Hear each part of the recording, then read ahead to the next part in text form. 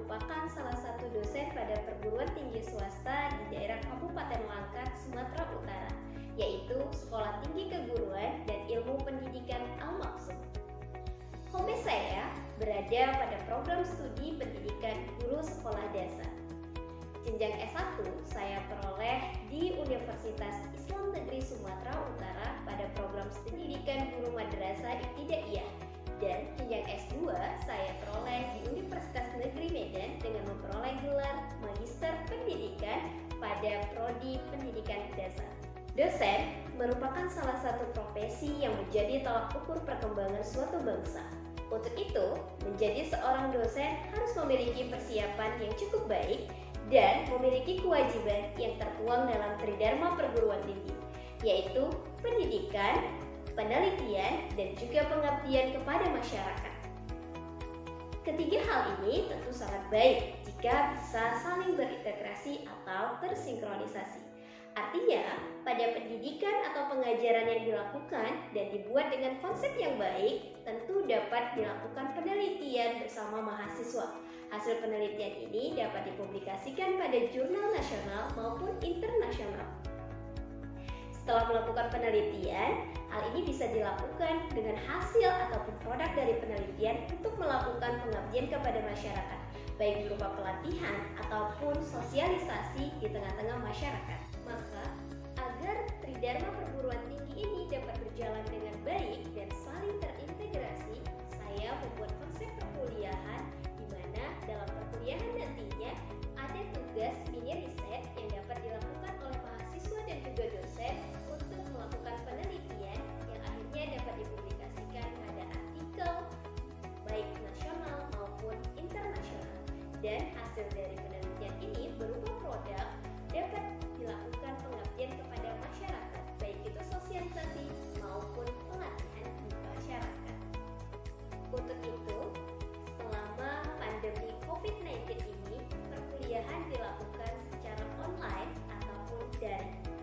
Dalam perkuliahan daring ini, saya melakukan perkuliahan dengan beberapa media pembelajaran, yaitu Zoom Meeting, Google Classroom, dan juga WhatsApp Group, di mana media ini saya gunakan untuk perkuliahan lebih lanjut untuk menjelaskan beberapa hal yang berkaitan dengan tugas maupun hal lainnya. Dalam kesempatan ini, saya akan mendeskripsikan perkuliahan yang saya bawakan pada semester genap, yaitu Pendidikan IPA kelas tinggi di sekolah dasar. Pada perkuliahan ini, saya melakukan beberapa hal untuk menunjang efektivitas ataupun efisiensi dalam perkuliahan. Di antaranya, yang pertama, saya selalu memulai perkuliahan dengan mengucapkan salam. Kedua, setelah mengucapkan salam, saya memeriksa kehadiran mahasiswa dengan melakukan absensi. Absensi ini biasanya dilakukan secara langsung melalui Zoom Meeting ataupun dapat dilakukan melalui Google Classroom. Kemudian, pada perkuliahan setelah menjelaskan materi, saya melakukan sesi tanya jawab bersama mahasiswa, dan di akhir saya selalu memberi yang disebut dengan kuisah, yaitu kuis akhir kuliah, di mana kuis ini saya buat untuk melakukan evaluasi terhadap hasil mahasiswa selama mengikuti perkuliahan untuk satu pertemuan. Pada mata kuliah pendidikan IPA kelas tinggi di sekolah dasar, ada 16 pertemuan yang kami lakukan selama satu semester. Pada pertemuan pertama, saya dan juga mahasiswa membuat sebuah kesepakatan selama proses perkuliahan berlangsung, yaitu dengan kontrak kuliah. Di sini kami menyepakati beberapa hal yang berkaitan dengan kehadiran mahasiswa dalam Zoom Meeting jika terlambat dalam 15 menit, kemudian kehadiran mahasiswa dalam beberapa pertemuan yang bisa mengikuti UTS ataupun ujian tengah semester. Pada pertemuan kedua, kami membahas materi tentang sistem rangka pada tubuh manusia. Pertemuan ketiga, kami memasuki materi tentang suhu dan kalor. Suhu dan kalor ini merupakan materi yang cukup luas dan sedikit sulit untuk dipahami. Maka dari itu, pertemuan untuk suhu dan kalor kami lanjutkan pada pertemuan 4 dengan melakukan percobaan. Pada pertemuan kelima, kami membahas materi bunyi. Materi bunyi ini juga memiliki pemahaman yang cukup luas. Dan kami lanjutkan pada pertemuan ke-6 untuk melakukan percobaan tentang materi bunyi tersebut. Pada pertemuan 7, kami membahas materi tentang cahaya. Pada pertemuan ke-8, pertemuan ini merupakan pertemuan pertengahan, maka dari itu sudah selayaknya melakukan evaluasi berupa ujian tengah semester kepada mahasiswa untuk melihat bagaimana pencapaian mahasiswa selama 7 pertemuan. Setelah melakukan UTS, kami melanjutkan perkuliahan pada minggu selanjutnya, yaitu pertemuan 9. Pada pertemuan 9 ini, kami membahas materi tentang sistem pencernaan pada manusia. Pada sistem pencernaan ini, materinya juga cukup luas, sehingga untuk lebih memperdalam pemahaman mahasiswa, kami melakukan percobaan tentang sistem pencernaan pada manusia. Hal ini saya harapkan mahasiswa nantinya mampu menganalisis sistem pencernaan manusia, kemudian percobaan ini dapat dipraktekkan untuk dilakukan ketika menjadi guru SD ataupun ketika melakukan praktek pengajaran. Pada pertemuan ke-12 memasuki materi sistem pernapasan pada manusia. Pada materi ini juga dilakukan percobaan di pertemuan ke-13-nya. Pada pertemuan 14 dan 15 kami memasuki materi tentang sistem peredaran darah pada manusia. Materi ini juga dilakukan dengan sebuah percobaan dengan tujuan mahasiswa nantinya mampu menganalisis sistem organ yang terlibat dalam peredaran darah manusia. Dan pada pertemuan 16 sebagai pertemuan terakhir perkuliahan, kami melakukan ujian akhir semester. Untuk itu, pada kesempatan ini saya akan menampilkan video perkuliahan ketika membahas materi suhu dan kalor. Materi suhu dan kalor ini merupakan materi yang juga saya lakukan bersama mahasiswa untuk melakukan mini riset. Mini riset ini kami ikutkan pada dana hibah Kemenristek-Dikti, yaitu penelitian dosen pemula. Dan alhamdulillah kami memperoleh dana hibah tersebut. Kemudian kami mempublikasikan hasil penelitian tersebut pada jurnal terakreditasi Sinta 3 dan menghasilkan produk berupa LKPD multimedia suhu dan kalor.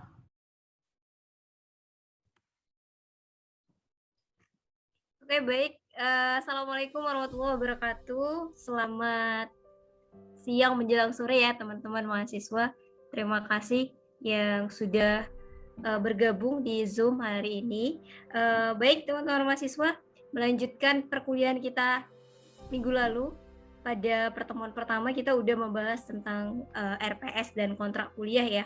Apa aja yang menjadi bahan-bahan perkuliahan kita selama satu semester ke depan. Baik, hari ini kita masuk di pertemuan ketiga. Pada pertemuan kedua kita sudah membahas tentang sistem rangka pada manusia ya. Jadi anggota gerak itu ada berapa, kemudian bagian tulang yang terdapat di tulang tengkorak, kemudian bagian anggota gerak atas seperti tangan, anggota gerak bawah dan sebagainya. Hari ini kita masuk pada materi suhu dan color. Ya, suhu dan color. Kira-kira teman-teman mahasiswa sudah pernah dengar ya suhu dan color itu apa? Sudah pernah dengar sebelumnya? Atau Sudah, baru pertama ini dengarnya? Sudah, Bu. Oh, sudah ya. Oke. Baik, sebelum perkuliahannya dimulai, saya jelaskan dulu CPL-MK yang harus dicapai dalam perkuliahan ini. Jadi biar teman-teman juga tahu pembelajaran untuk mata kuliah suhu dan kalor ini apa sih yang harus dicapai seperti itu ya. Jadi CPL mata kuliahnya ini adalah mahasiswa itu diharapkan mampu mengidentifikasi perbedaan antara suhu dan kalor, kemudian nanti juga mampu menganalisis apa-apa aja sih yang mengakibatkan perubahan pada suhu dan kalor. Ya. Jadi intinya kalian bisa mengidentifikasi dan kalian juga bisa untuk menganalisis apa aja sih yang mempengaruhi perubahan dari kalor ataupun suhu tersebut. Oke, tadi kita membahas tentang suhu dan kalor. Sebelumnya saya Persilakan dulu deh teman-teman mahasiswa. Kira-kira suhu itu apa sih? Yuk bisa di unmute ya speakernya yang mau menjawab kira-kira. Suhu apa? Saya Bu, Ya oke. Apa tuh Sidi?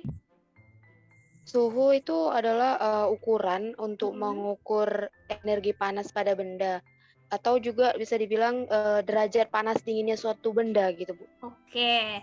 Yang lain kira-kira ada lagi? Dela?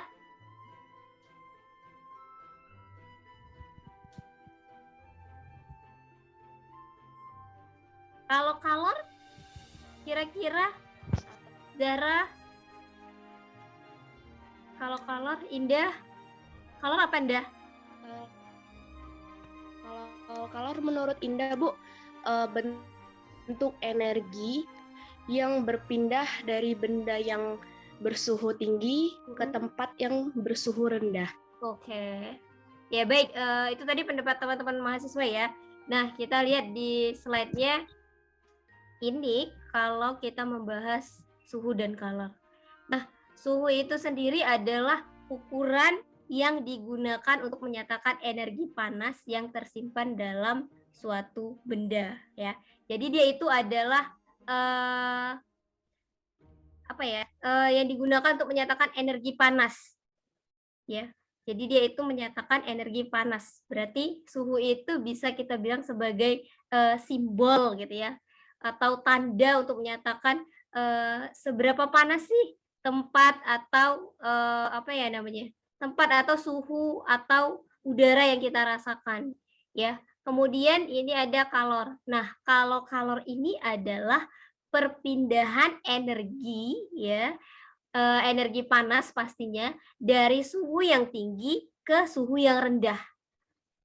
Ya, jadi dia pada tekanan suhu yang tinggi, kemudian menurun pada suhu yang rendah, itulah yang dinamakan kalor, artinya perpindahan. Kalau tadi suhu kan itu menyatakan energi panas yang tersimpan, energinya ya, energinya itu kalau suhu. Tapi kalau kalor itu adalah perpindahannya. Oke teman-teman, untuk lebih jelasnya ini. Nah, kira-kira kalau dari pengertian ini, maka suhu itu kalau dinyatakan sebagai energi panas, ada yang pernah dengar apa aja suhu itu? Lupa ya pelajaran SD ya. Ya baik, kalau suhu pernah dengar Celcius gitu pernah dengar ya? Oh, iya tahu Bu. Iya, Derajat Jadi apa Celcius, itu, Siti? tremor, Iya, ada Reaumur, terus Celsius, tremor, ya terus ada satu lagi apa? Fahrenheit, Kelvin. Nah, Kelvin, jadi, ya. kalau di suhu itu sendiri ada 4 ya, ada 4. Makanya teman-teman juga nggak perlu pikir apa ya suhu itu. Padahal sering kita dengar gitu ya. Kalau di Indonesia sendiri kita dengarnya suhu itu apa? Suhu di Indonesia itu Celsius dinyatakan ya? dalam apa? Derajat Celsius ya? Derajat Celcius ya Ya, kan. Jadi nggak pernah kita dengar cuaca hari ini di Kota Stabat adalah 35 derajat Reaumur, atau hari ini di kelas kita, di ruangan kita suhunya itu tekanannya adalah 25 derajat Fahrenheit gitu ya. Jadi nggak pernah. Kalau di Indonesia itu derajat atau satuan suhunya oke ya. Satuan suhunya itu dikenal dengan Celsius ya. Di negara-negara lain ada yang menyatakan dalam satuan Reaumur, ada juga yang Fahrenheit dan ada juga yang Kelvin. Tapi secara internasionalnya justru satuan suhu ini dikenal dengan Kelvin. Ya. Jadi satuan suhu internasional itu adalah Kelvin. Tapi kalau tadi kalor, satuan dari kalor itu adalah Joule. Ya, satuan kalau dari kalor tadi adalah Joule, sedangkan kalau dari suhu tadi internasionalnya itu adalah apa? Kelvin. Internasionalnya? Kelvin Bu. Yes. Iya kan Bu? Oke teman-teman, lanjut ya. Kita kan sering bertanya, Bu, kenapa sih ada beberapa jenis dari suhu ya? Ada Celsius, Reaumur, Fahrenheit, dan Kelvin. Jadi di sini dijelaskan beberapa titik beku dan juga titik didihnya ya. Nah, untuk Celsius sendiri memiliki titik bekunya itu 0 derajat, sedangkan untuk titik didihnya itu 100. Kalau Reaumur itu titik bekunya 0 derajat, Reaumur, tapi titik didihnya adalah 80. Fahrenheit itu 32 ya. Untuk titik bekunya, sedangkan titik didihnya itu adalah 212.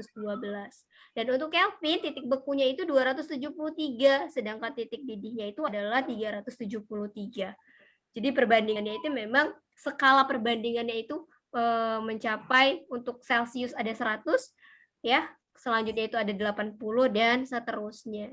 Jadi kalau teman-teman kira-kira kenapa sih kok bisa si Kelvin ini titik bekunya 273, sedangkan Celsius ini titik bekunya hanya 0. Jadi kira-kira yang paham? Ya, jadi teman-teman mahasiswa memang kita ini hidup itu kan Indonesia itu kan berada di daerah tropis ya. Nah, itu yang mempengaruhi tekanan suhu atau titik beku dari negara kita hanya 0 derajat. Sedangkan kalau di Amerika, di benua Afrika, apalagi yang dekat dengan kutub, otomatis titik bekunya lebih tinggi ya, atau lebih rendah. Kelvin ini dia. Makanya kalau kita ke Amerika nih, pernah kita dengar, loh kok bisa ya di Amerika bacanya sekian, minus sekian Celsius, mereka bacanya Celsius. Tapi kalau mereka rubah ke dalam Kelvin, maka minusnya itu berkurang, tidak ada, dia lebih meningkat. Artinya Kelvin ini menunjukkan suhu yang dingin, ya. Kalau Celsius ini itu iklim tropis kita. Oke, teman-teman, kita lanjut. Ya pas ya itunya warna biru ya bisa di-mute dulu deh ya. Kalau ya adalah 308. Iya, 308. Udah ya? Udah. Oke, kita lanjut ya. Nah, selanjutnya kita masuk ke dalam macam-macam kalor. Pernah dengar? Bisa lihat di layar. Pernah dengar nggak ini? Pernah, Bu. Pernah ya, Bu. Ada konduksi, ada konveksi, dan ada radiasi. Ada yang tahu kira-kira kalau konduksi itu apa? Konduksi. Tanpa perpindahan panas secara merambat, Bu. Oke, merambat. Ya, ada lagi? Konveksi? Ada yang tahu? Perpindahan panas secara mengalir. Mengalir. Dan kalau radiasi, Siska? Perpindahan panas tanpa melalui zat perantara. Oke. Ada yang tahu nggak kira-kira contohnya? Kalau konduksi tadi kan melalui perantara, ya kan, secara merambat. Terus kalau konveksi dan radiasi juga. Kira-kira kalau contohnya dalam kehidupan sehari-hari apa ya? Kalau konduksi itu kayak contohnya tuh kayak misalnya kita manasi panci nih, terus dia merambatnya melalui gagang pancinya gitu, Bu. Gagang pancinya ya. Kalau konveksi sih? Kayak mendidihnya air dalam panci. Mendidihnya air dalam panci. Oke. Kalau radiasi? Perpindahan panas dari api sampai ke tangan. Dia kan tanpa melalui perantara. Iya, nggak ada perantaranya ya sih. Maksudnya nggak ada panci, nggak ada apa tadi ya, atau spatula atau apapun yang dipanasin ya. Oke, terima kasih Siska. Good. Ya teman-teman. Jadi di sini kita membahas tentang macam-macam kalor. Oke, teman-teman bisa lihat nih. Di sini katanya yang pertama tadi konduksi. Benar yang dibilang sama Siska, bahwasanya itu adalah perpindahan panas secara cara apa tadi, Sis? Merambat, Bu. Iya, secara merambat melalui perantara. Jadi kalau kita lihat di sini, dia itu perpindahan panas dengan perantara, tapi zatnya itu tidak ikut pindah. Makanya tadi dibilang Siska, apa tadi, manasi panci, tapi gagangnya terasa panas, Bu. Ya tergantung gagangnya juga nih. Kalau gagangnya kayu, ya nggak panas gitu. Kenapa? Karena nggak semua benda itu dapat mengantarkan panas ya. Jadi ini contohnya di sini ada gambarnya. Ini api, kemudian ini adalah seperti apa ya? Sumpit ya. Cuma sumpit yang besi itu. Jadi ini kalau diperhatikan, yang dibakar itu adalah bagian ujungnya, tapi justru yang terasa panas sampai pada bagian yang disentuh ini. Kelihatan ya? Jadi itu dia, perpindahan panas dengan perantara, tapi zatnya itu tidak berpindah. Oke, itu untuk konduksi. Selanjutnya ada konveksi, ya. Nah, kalau konveksi ini adalah perpindahan panas melalui perantara disertai dengan berpindahnya zatnya. Jadi artinya di sini kita mana sih air, ya. Kalau kita sentuh di atasnya itu, ya kan terasa panas juga ya. Tapi di bagian tangan kita ada sesuatu enggak? Ketika kita atas ini kan ada uapnya yang keluar. Ketika tangan kita terasa panas, di tangan kita ada sesuatu enggak? Berembun, Bu. Iya, berembun. Ada air. Nah, zat dari si zat air yang ada di panci tadi justru menguap sampai kepada tangan kita. Kalau tadi yang pakai konduksi, itu kan nggak ada ya. Terasa panas, tapi ya di tangan kita cuma terasa panas. Nggak ada sesuatu yang mengalir, ada zat yang berpindah. Tapi kalau konveksi justru ada yang berpindah, itu tadi uapnya tadi. Jadi tangan kita ini ketika kita giniin terasa panas, maka dia seperti berair. Ya, itu dia. Nah, selanjutnya yang terakhir itu adalah yang terakhir itu adalah radiasi. Ini dia seperti yang dibilang Siska, perpindahan panas tanpa melalui zat perantara. Contohnya apa? Kalau kita nih panas, biasanya anak pramuka ya. Ada yang anak pramuka, Dela anak pramuka, Del? Ya, biasanya tuh pasang api unggun ya. Api unggun untuk menghangatkan badan. Itu panasnya kan nggak pakai perantara. Kalau pakai perantara mungkin kayunya kalian pegang. Ini nggak pakai itu. Justru ketika dideketin seperti itu aja kita udah terasa, wah ternyata udah terasa hangatnya.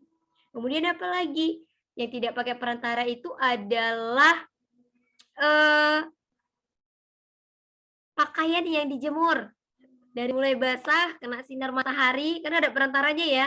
Langsung mataharinya menyinari, memberi kalor, ada perpindahan panas dari matahari kepada pakaian sehingga pakaian itu bisa kering, ya. Oke, teman-teman, lanjut. Di sini ada, nah ini rumus dalam menghitung kalor, ya. Jadi kita tadi udah membahas tentang contohnya, maka ini adalah rumus dalam menghitung kalor. Jadi memang kalau udah belajar IPA ini udah pasti ada matematikanya. Karena kalau udah suhu dan kalor ini sudah masuk pada bagian apa? Kimia ya. Kalau udah SMP SMA ada kemudian.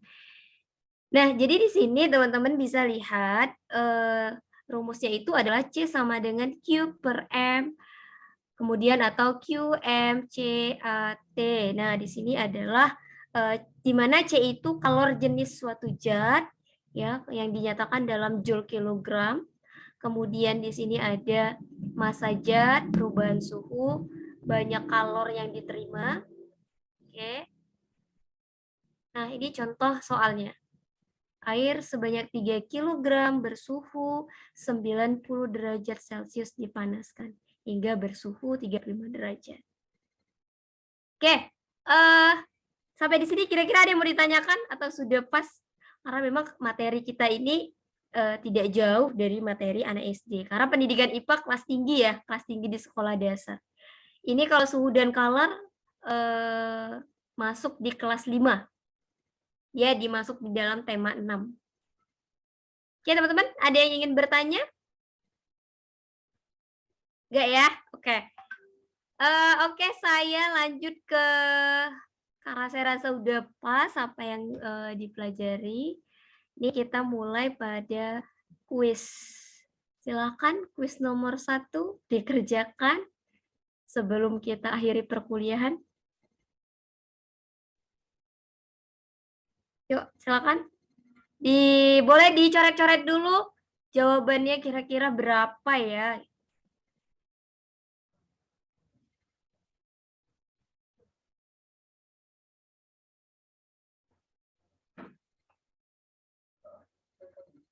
Oke, kalau ada yang bisa langsung apa aja ya? Langsung jawab.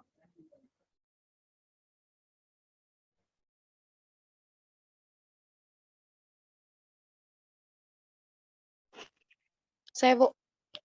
Siapa? Oh, Siti Mariani. Silakan. Berapa jawabannya, Ti?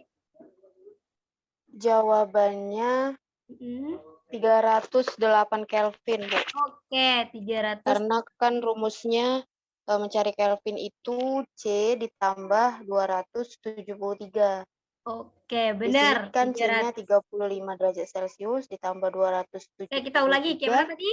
Rumusnya K sama dengan K sama dengan, ya kan? 4/5. Kemudian ini kan nyari Kelvin C tambah 273. oh iya, sorry. C ya, tambah 273. C ditambah 273 ya. Kemudian C-nya itu kan 35. Jadi 35 ditambah 35 200. tinggal dijumlahin aja ya. Jumlahin. Jadi hasilnya 308 Kelvin. Derajat Kelvin. Jadi skornya itu adalah 308 K ya satuannya. Iya. Oke, good job. Lanjut di soal nomor kedua. Yuk. Suhu udara dalam satu ruangan 308 derajat Kelvin. Nah, ini rumusnya adalah Kelvin ke Reaumur. Saya kembaliin di sini ya, biar mudah. Kelvin ke Reaumur. Ya, berarti 4/5 K dikurang 273.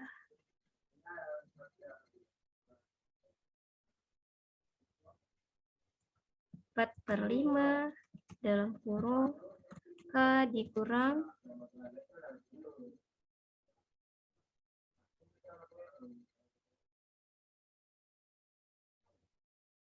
273.